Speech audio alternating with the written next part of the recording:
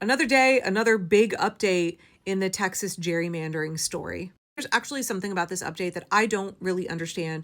So I would love if you are a lawyer or you are a political science expert, if you are a Texan who understands the intricacies of this better than I do, I would love clarification around one thing about this update. So yesterday I talked about how Texas is trying to gerrymander the shit out of its congressional districts in order to appease Daddy Donald. Because Republicans cannot win through legitimate means. They can only win by cheating. They do not have the will of the people. Their policies are profoundly unpopular. Donald Trump is scared shitless that the Republicans are going to lose bigly in the midterms. And so he just straight up outright asked, just like in Georgia, it was like, find me 11,000 votes. He just straight up asked Greg Abbott of Texas, find me 5 congressional seats, flip 5 congressional districts from blue to red. So Texas is supposed to redistrict every 10 years. Last time they redistricted, they are still embroiled in a lawsuit from that about racial discrimination. Like Texas is already very badly gerrymandered because they don't want the voices of Black and brown voters to be heard. They are desperate to have white supremacy controlling that state. So they have got to disenfranchise Black and brown voters. Because if they have fair representative democracy, they cannot hold on to power. They do not have a mandate from the people. They cannot govern legitimately. They have to cheat. So there's an update today after yesterday. We saw that a bunch of House Democrats found their spine and they left the state in order to deny the Texas House quorum. The Texas House is back on a special session in order to push through this gerrymandering.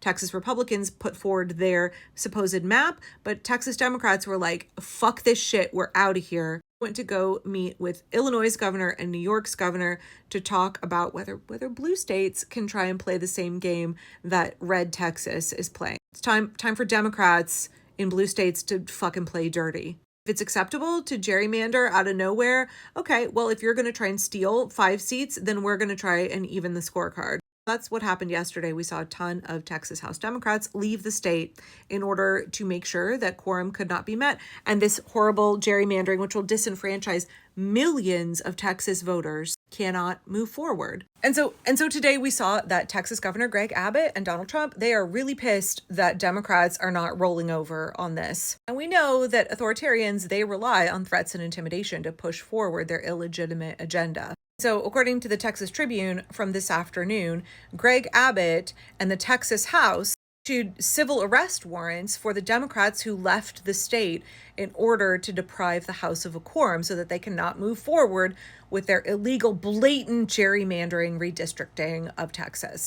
According to the Texas Tribune, this is not like a regular warrant. It only applies within state lines, and it makes it largely symbolic because most of the legislators that they issued warrants for have decamped to Illinois, New York, and Massachusetts. House Speaker Dustin Burrows, yet another craven fascist who will do whatever Donald Trump wants.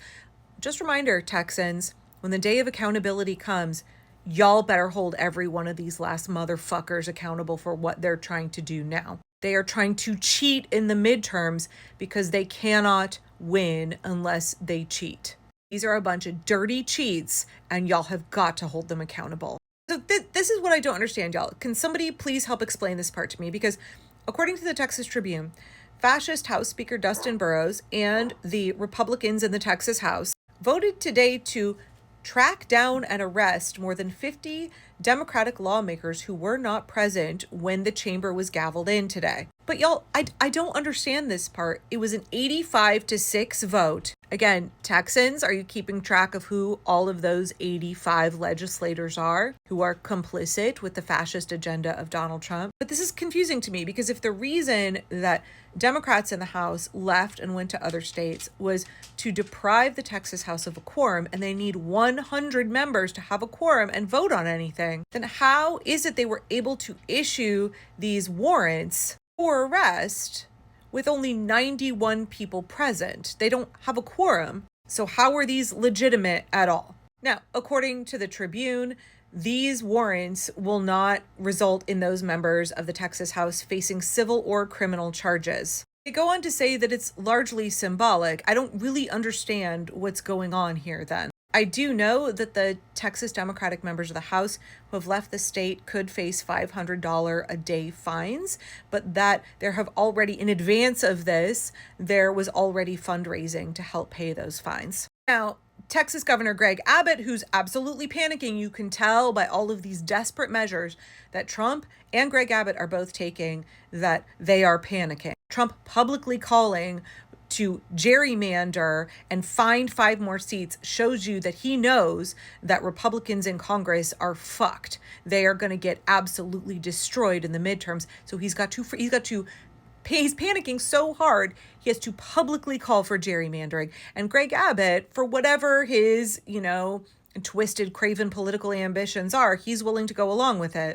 Abbott said today that if the Democrats did not return to Austin by 3 p.m. Monday, he would begin the legal process to have their seats declared vacant. Legal experts said that's completely there is no legal process. That's unprecedented. It would be a futile effort.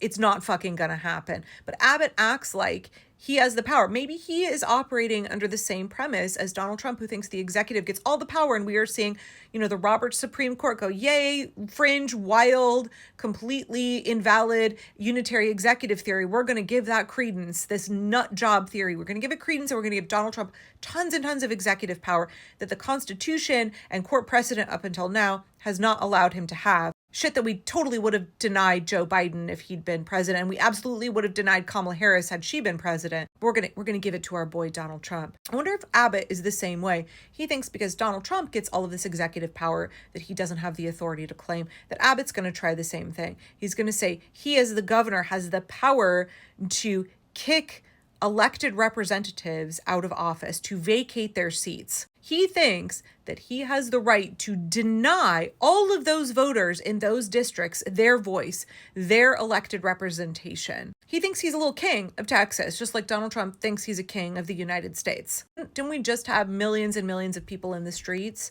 to proclaim that we have no kings here in America? I do want to say here, mad props to all y'all Democrats in Texas. Keep holding the line. It is so important now when we see authoritarians, when we see narcissists like crashing out because you are standing up to them, they're going to redouble, triple their efforts. They're going to try and put the squeeze on you to get you to fold. The absolute wrong thing to do once you start to stand up to an authoritarian is to buckle when they start to punish you. You have got to hold the line. They're going to escalate their threats. They're going to escalate their intimidation because they're desperate for you to back down. They're desperate for you to give in because they cannot govern through legitimate means. They do not have the will of the people behind them. The only way that they can keep going is if you quit. The only way that they can win is if you quit. So they're desperate to make you scared and to make you give in. Now, we've seen Republicans in Congress, they've all folded. Those who were not 100% behind Donald Trump's plan, they did the absolute wrong thing.